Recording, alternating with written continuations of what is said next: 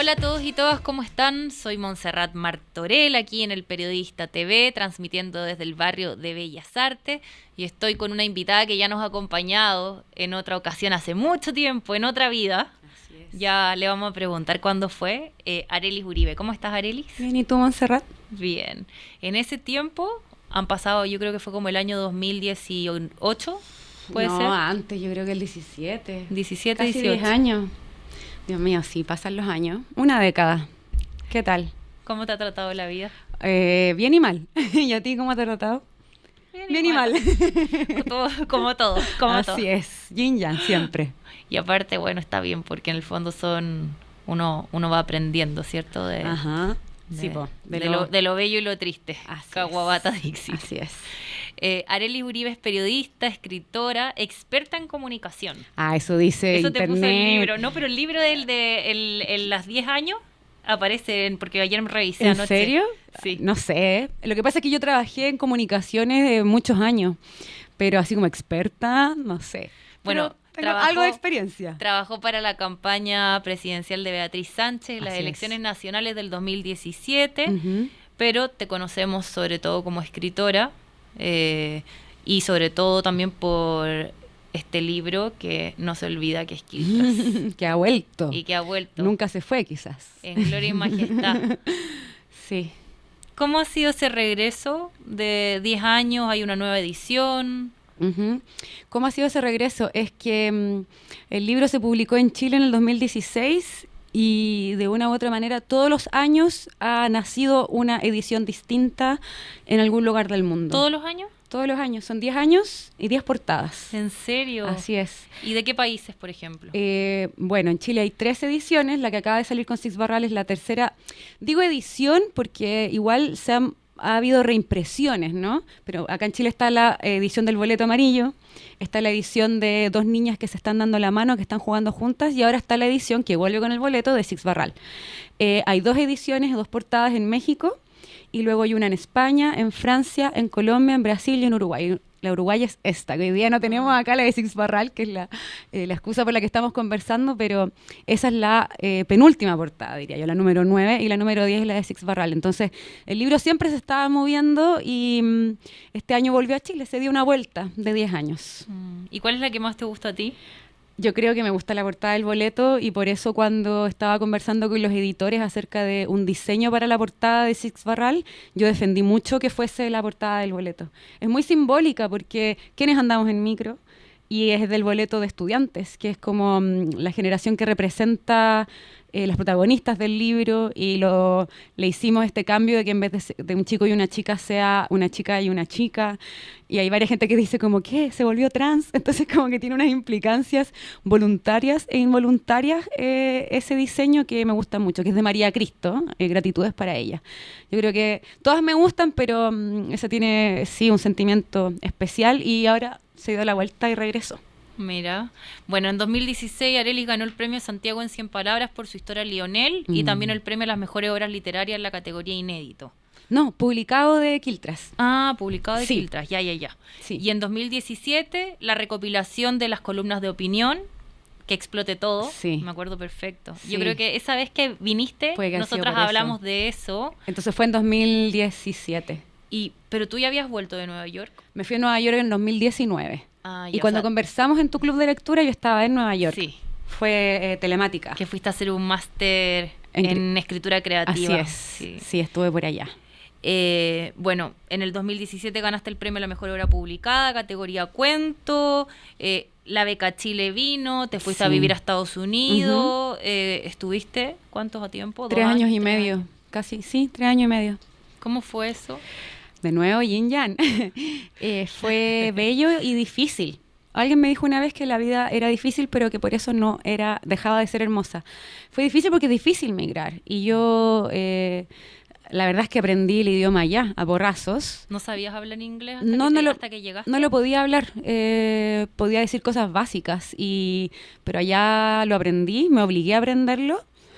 Eso fue difícil y porque no es tu cultura. ¿cachai? Es como otra cultura y es un país muy racista y yo tengo rasgos indígenas muy marcados, entonces como que siempre me marcaban la diferencia o yo abría la boca y como hablaba, ya había aprendido a hablar, pero tenía el acento, era como el tiro que era latina y allá ser latino y tener rasgos indígenas que era al tiro un ciudadano de segundo clase, imagínate ser mujer, inmigrante, entonces era como muchas cosas.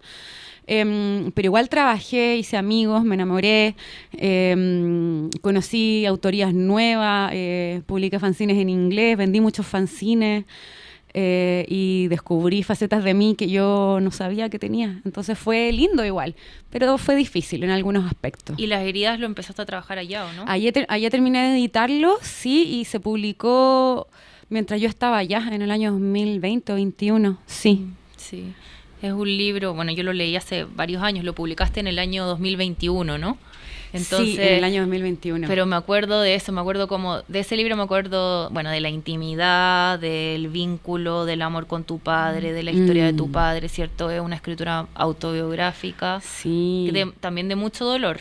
Sí, lo que pasa es que cuando pasaron varias cosas, en 2016 se publicó Quiltras, en 2017 yo terminé una relación muy larga, y en 2018 murió mi padre. Entonces pasaron 3 cosas que terremotearon mi vida o la cambiaron de manera radical muy seguido. Y yo disocié, de verdad, se me pelaron los cables. Estuve como perdida. Sí, porque en duelo yo creo que uno está con las emociones muy vivas y puede tomar malas decisiones. Entonces yo escribí mucho porque escribir es parte de mi vida. Siempre he tenido diarios de vida. Y luego se convirtió esto en mi oficio, mi profesión. Y claro, escribí ese libro que no me arrepiento de haber escrito, pero dudo a veces si de haberlo publicado. De hecho, yo no renové el contrato de ese libro con Planeta, por ejemplo, porque necesito parar un rato, tomar distancia y revisar qué fue lo que hice. Entonces te digo muy honestamente que ese es un libro que a mí me cuesta, que me da mucho pudor, pero yo necesitaba escribir esas cosas porque eran parte de mi duelo. Así es. Esa es la verdad de la milanesa. Y hay que ver también cómo va cambiando como tu mirada acerca del mismo con el tiempo, con los años, claro. Todavía es reciente, o sea, uno dice, bueno, ya han pasado 5 o 6 años, pero no han pasado 20, 30, como para tener quizá una mirada todavía con esa distancia que da el tiempo, si al final es así, el tiempo se encarga de algunas cosas y las respuestas aparecen, porque exactamente un libro muy personal y muy íntimo. Y muy demasiado íntimo. Sí. Ya no podría volver a hacer esas cosas. ¿No? ¿Tú crees que no? Ahora, de hecho, estoy releyendo las columnas de opinión de Que Explote Todo, y lo comentaba recién con mi madre, estábamos chateando, que era muy arrojada yo, como había una cuestión media Jorge González ahí, como de esto me da rabia, esto está mal y lo voy a decir. Como de tirando los micrófonos. Exacto, pero muy aguerrida, muy salvaje, que claro, eso es algo que también viene con la juventud y era el inicio de mi carrera, entonces yo escribía, publicaba en un blog que levantamos con unos amigos, no había mayor pretensión que patear el tablero, por decirlo así, pero yo no sé si yo podría hacer eso. Yo creo que, ¿quién decía? Que no sé, que la edad te va haciendo conservador, espero nunca ser facha, yo creo que no, pero soy más templada en el sentido de que las cosas que me dan rabia, ya no voy y pego patadas, ¿me entiendes? Creo que las cosas que me dan rabia las digiero diferente, estoy sí más calmada, pero cuando hace 10 años atrás yo estaba en llama y ponía el pecho y escribía y apuntaba con el dedo, estaba, no sé si loca, pero era muy desbordada, apasionada. Así en la juventud es arrojada, salvaje, desbordada. Uno no le tiene miedo a la muerte cuando es joven. Pero si a mí me pasaba que yo me fui sola, viví varios años fuera en España y me fui algunos meses a recorrer Japón, Corea del Sur, Asia en general, y yo me acuerdo que no tenía nada de miedo, pero nada, y ahora soy mucho más miedosa. Eso. Es como uno es más vulnerable, es como más consciente de la fragilidad. Bueno, aquí en esta misma silla estuvo hace algún tiempo sentado Raúl Zurita. Y así como uno ve a Raúl Zurita, que ahora tiene una calma, ¿cierto? Cuando lee su poesía hay un desorden, hay una pasión, hay un enojo, una rabia, una resistencia, una rebeldía. Y él me decía como, ¿no? Como yo era una locura cuando joven y ahora estoy muy calmado y como que no me gustaría volver a ese lugar. Y eso me lo dice mucha gente. O sea, está bien como el ratito, como pasar, así como uno ya iría un fin de semana a la juventud, pero no me quedaría ahí eternamente. Hay gente que se queda. Puede ser, pero igual también después el cuerpo no te da, o sea, a mí me duele la espalda, ¿cachai? Yo me acuesto a las 9 de la noche para poder despertar temprano, no sé, como, de verdad soy una señora. Soy una señora. ¿Pero una señora de cuántos años? De 39, casi 40. No, por favor, pero no falta de respeto. Pero lo abrazo. Pero tengo como, o sea, cuido mis plantas, estoy en mi casa, pero lo abrazo porque me imagino o espero que esa reflexión traiga otro tipo de literatura. ¿Cachai? Entonces, ese momento de, o sea, estaba casi recién egresada, yo estudié en la USACH, yo me iba a meter a quemar neumáticos, ¿me entendí? Estaba como, la juventud es otro momento. Ahora es como, sí, todavía tengo un corazón, yo diría que rojinegro, todavía me dan rabia muchas cosas, pero no me expongo yo tanto. Pero sí, no he cambiado mi perspectiva política, en absoluto, y quizás estoy más radical que antes, en algunas cosas. Sí. Y las circunstancias también lo van exigiendo. ¿Cómo así? ¿A qué te refieres? Lo que está sucediendo en el mundo, en el país, lo que pasa, uno como que las posiciones se tienen, uno las tiene que manifestar porque no queda otra, porque es un mundo que te está hablando, o sea, y lo que sucede y lo que hay en nuestro país. Y sí, yo pienso que, por ejemplo, ahora que estemos conversando y tener la posibilidad de tener un micrófono, hay que verbalizar esas cosas, ¿no? Que eso es lo que yo hacía en las columnas de opinión, y hoy día es, por ejemplo, llevamos una semana de nuevo gobierno de Kast, y ha tenido gestos que son de manual, pero que responden a una derecha que raya lo fascista, como los perdonazos a los violadores de derechos humanos, como, no sé, por ejemplo, el tema de la gratuidad. Se peleó mucho en el año 2011, ¿no? O antes, por tener educación pública gratuita de calidad como una base para la igualdad, la democracia, el cierre de brechas, y lo único que se consiguió fue la gratuidad, que es el voucher, no es financiamiento basal para, por ejemplo, las universidades públicas, es un voucher, ok. Y se consiguió eso, y que es como una solución algo tibia, están recortando, bueno, es esperable, pero eso no significa que no dé rabia, ¿no? Sí, sorprende. Y bueno, estaban hablando acerca de los de que proponían, ¿no?, los empresarios decirle a CAS que no nos dieran feriados legales. Tienen una moral de patrón de fondo, como si la gente lo único que tuviera que hacer es trabajar para que los empresarios se queden con nuestra plusvalía y con nuestra fuerza de trabajo, y eso me parece absolutamente injusto. No somos bueyes, somos personas. Entonces, bueno, y eso llevamos una semana, parece, una semana y media. Así va. Entonces, bueno, razones para enojarse hay, y las mencionaba muy específicamente porque yo creo que está bien nombrarla, y yo creo que es sano tener posturas en tiempos extremos. El año pasado publicaste Telepunga. Sí. Con los libros de La Mujer Rota. Así es. ¿Cómo ha sido esa nueva vida? Ese viaje fue hermoso. ¿Por qué? Porque después de Las Heridas, que es un libro difícil por los duelos, porque tuvo unas críticas filosas. ¿Te afectaron? Claro que sí, pero yo creo que es porque estaba en un momento muy sensible de mi vida, pues estaba viviendo unos duelos que ya sané. Entonces era una época sensible. Después de eso yo me aboqué a escribir una crónica de largo aliento que nadie supo querer como yo y que no encontró editorial. Golpeé muchas puertas y no encontró editorial, y yo llegué a un punto en que me rendí, como que yo no podía más, y estuve muy oscura, muy triste, porque fue un trabajo al que le puse muchas ganas y que las energías ahí como que se atravesaron un poco y no pude sacar adelante ese trabajo, y estaba yo en la oscuridad porque, o sea, escribir un libro es desgarrador, es un montón de trabajo, y que ese trabajo no haya podido ver la luz fue devastador. Entonces yo pensaba, yo no tengo fuerzas para escribir otro libro, ¿qué voy a hacer? Me vivía así como atrapadísima. Entonces en una noche de lucidez yo dije, oye, pero yo tenía otros cuentos, a ver, clic, clic, me metí a ver una carpetita vieja y encontré mucho material inédito que necesitaba trabajo. Y eso me llenó de vida, porque editar no es lo mismo que la página en blanco. Editar es hacer cambios, releer un par de palabras, completar, es como un dibujo a medias, entonces solo tenía que completar ese retrato, ese dibujo, esa pintura. Y eso me llenó de vida, porque además el material que encontré me gustó. Uno de los cuentos que encontré es justamente Telepunga, y lo empecé a leer y lo disfruté mucho, me maté de la risa, me encantó mi voz, las historias, había que completarlo, tenía otro arranque que le cambié, entonces ese cuento tenía inicio, final, pero no tenía mitad, ni clímax, y realmente no tiene clímax, es más como Teoría de la bolsa de Úrsula K. Le Guin. Son como situaciones que igual tiene un pequeño hilo conductor, pero no hay un gran secreto ni nada. Aunque el final igual guarda una sorpresa. Y me encantó. Y eso me llenó de esperanza, y dije, bueno, acá hay algo. Y volví a golpear puertas. Hubo gente que rechazó ese libro también, editoriales que no lo quisieron. hasta que llegó al lugar correcto, que fue con Claudia Pablaza, la editora de los libros La Mujer Rota, que después, cuando las cosas ya suceden, uno en retrospectiva siempre dice, ese fue el mejor camino, porque ella me ayudó a editarlo, me dio muy buenas ideas, y de verdad fue como el ave fénix. Yo en serio estuve como pensando en apagar la luz y ojalá no despertar al día siguiente. Estuve muy oscura, pero ya no.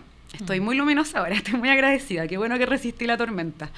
Y entonces ese libro fue eso para mí, revivir, volver a publicar, y con un libro que compendia cuentos que también fueron escritos como con el mismo, como con la misma vibra de Quiltras, que era como jugar a escribir cuentos sin siquiera pensar que eso se iba a publicar algún día.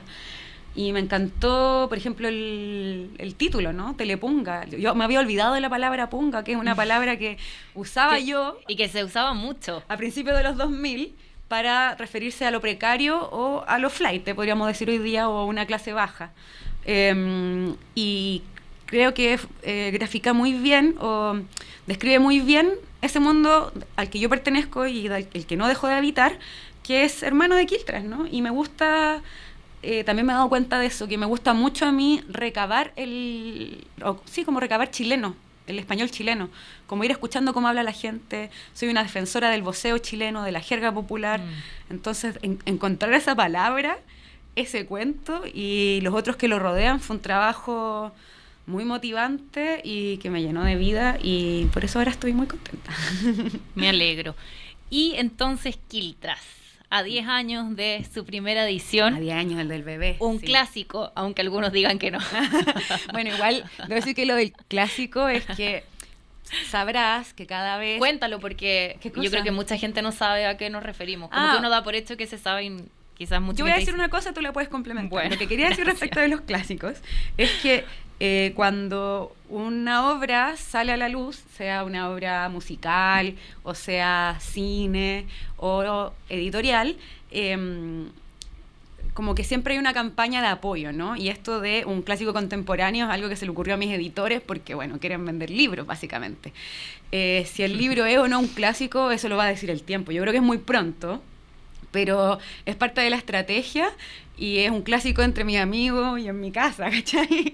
Si es clásico para más gente, lo dirá esa gente. Muchos ejemplares. ¿Cuántos ejemplares ha tenido Quiltras? No sé, pero son bastantes. Sí, miles, sí, miles. Pero tira un número. Es que si se publica, son 10 ediciones y se publican, no sé, deben ser 20.000 quizás, si es que no más.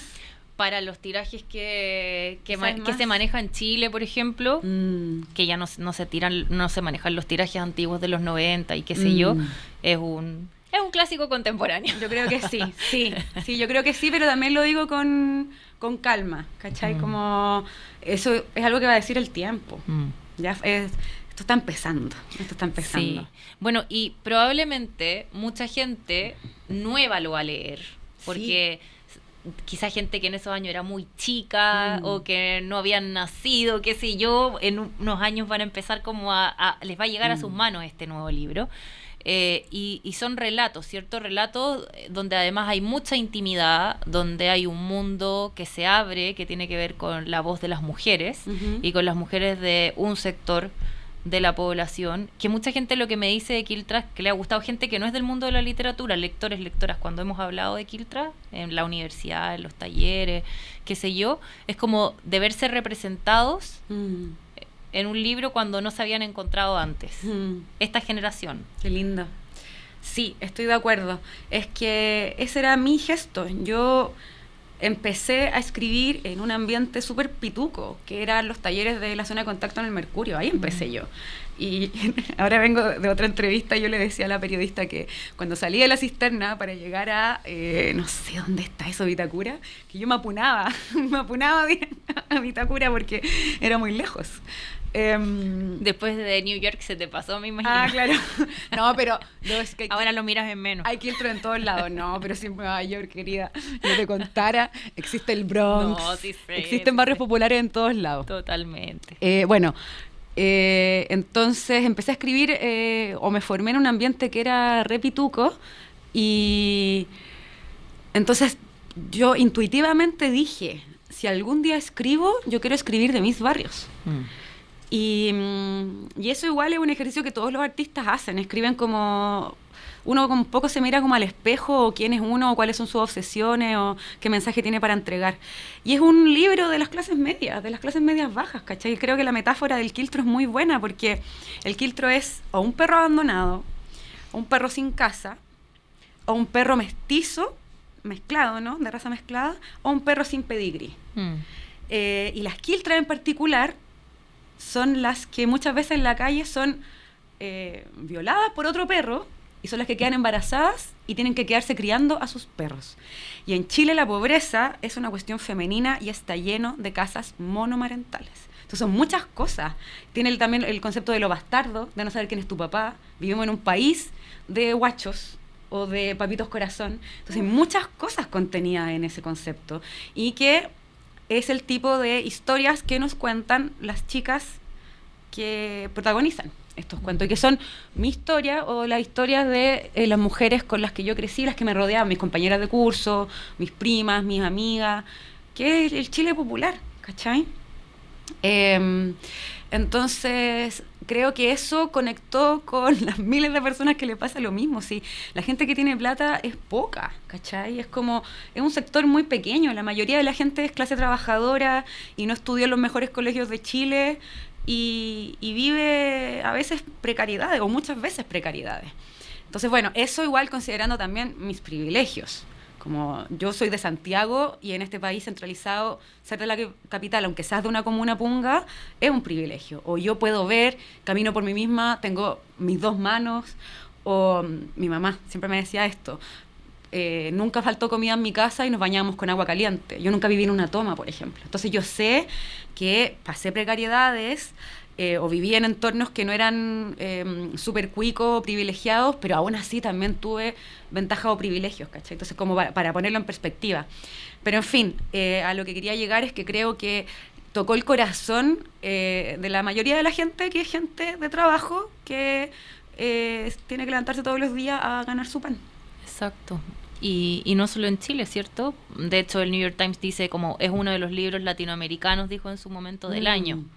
Sí, generoso comentario. Sí, bueno, ya resonaba en América Latina.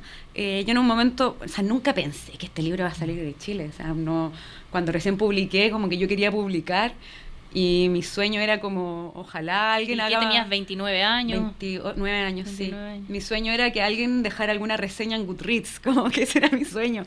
Y luego salió de Chile, y ahí me di cuenta de que tenía muchas cosas universales, porque me parece que todo lo que yo acabo de nombrar, como estas dificultades que vive la clase popular, es hermanable a otros lugares de Latinoamérica, porque tiene que ver con cómo funciona el patriarcado. ¿Cachai? Y el patriarcado entrecruza, ¿no? Como el machismo con la colonización, con el racismo, está todo ahí mezclado, y la huella, o sea, como la herida es transversal en lo que este territorio se llamaba, y yo persisto en llamar Apia Yala, ¿cachai? Como que fue el mismo proceso de colonización, de violación de mujeres indígenas, es el mismo proceso de precarización, de que los capitales se los llevan, no sé, empresas extranjeras muchas veces. Entonces es lo mismo.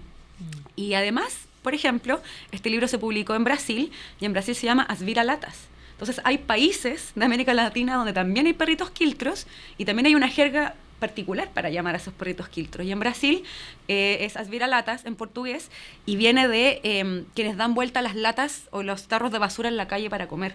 Eso es un vira-lata. Entonces a los perros callejeros se le dicen los vira-latas o los voltea-latas, y esa es la forma de llamar a los quiltros, que son los que están muertos de hambre en la calle, básicamente.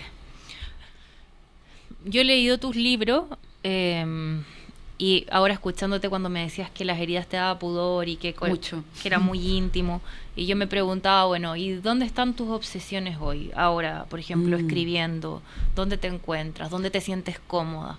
Son las mismas obsesiones, que son la clase, el racismo o el fenotipo, o más que eso, he trabajado como con la idea de lo champurria ahora, que también es un concepto que ha trabajado Daniela Catrileo y otros académicos, que tiene que ver con lo quiltro, y es porque cuando yo estuve en Estados Unidos, por ejemplo, a mí me preguntaban si yo era indígena, me lo preguntaban directamente, y yo quedaba como helada porque la respuesta es no, porque no soy indígena, pero tengo esta cara.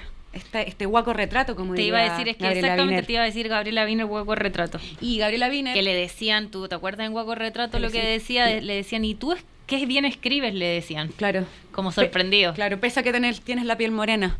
Sí, porque hay que ser muy valiente en un mundo racista para tener la piel oscura o para no tener rasgos de persona europea, ¿cachai? Porque de verdad el mundo es cruel y además se te presenta constantemente que el tipo de belleza es una belleza europea. Lo ves en las noticias, lo ves en, no sé, en las teleseries, las películas que nos llegan de Hollywood.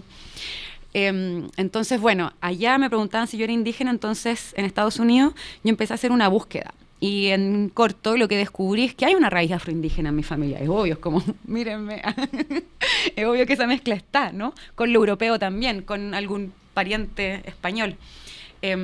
Entonces, escribo desde esos lugares y ahora estoy, por ejemplo, escribiendo una novela, editándola, y la protagonista tiene raíz afroindígena.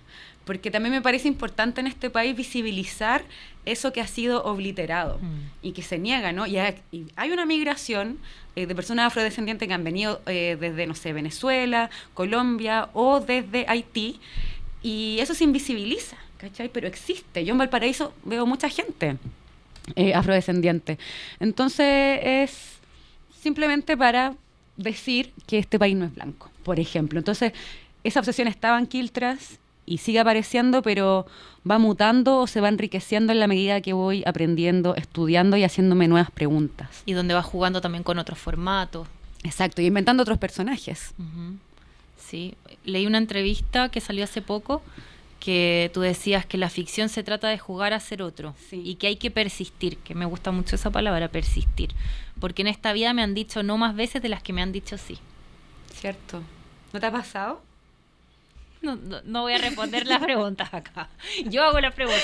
Es que yo también soy periodista. No, sí sé. Sí, me ha preguntado como 3 veces y me acordé que la otra vez también me decía. De hecho, me acuerdo perfecto que en la conversación que tuvimos hace muchos años, ni siquiera he visto esa entrevista, pero me acuerdo perfecto que hablamos de Rilke.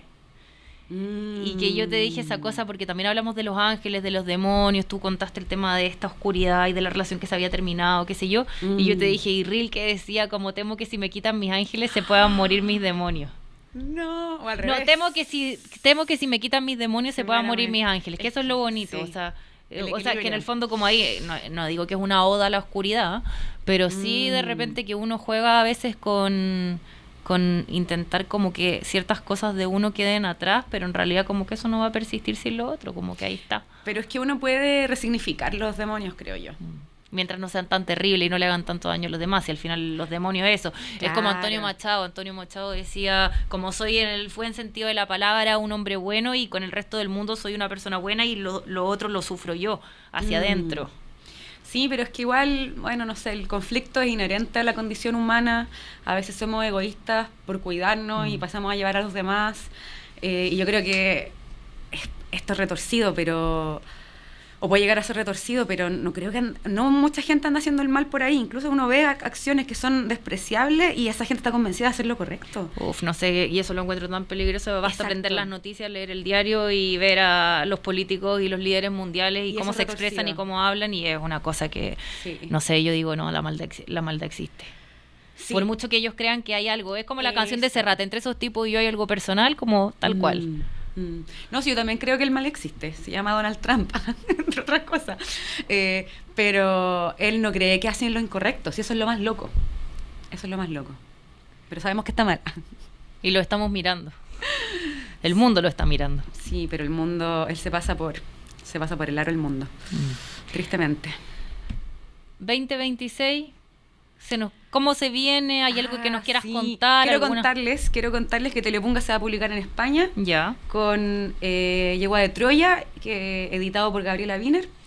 Gracias al Ministerio de Cultura obtuvo un fondo, así que si todo resulta voy a estar presentando el libro en España. Gracias, Ministerio de las Culturas, más no gracias al nuevo ministro que quiere hacer recortes en la cartera. Y eso se viene y estoy... ¿Talleres literarios? sí, gratuitos en Valparaíso también gracias al Ministerio de Cultura. Y eso, dar taller gratis para la comunidad, ir a presentar el nuevo libro a España y seguir editando y escribiendo porque tengo ahí cositas, pero están en verde y cuando estén maduras caerán del árbol. Muchas gracias, Arelis Uribe, por estar aquí hoy con nosotros. Gracias a ti, se me hizo muy corto, lo pasé muy bien. Qué bueno.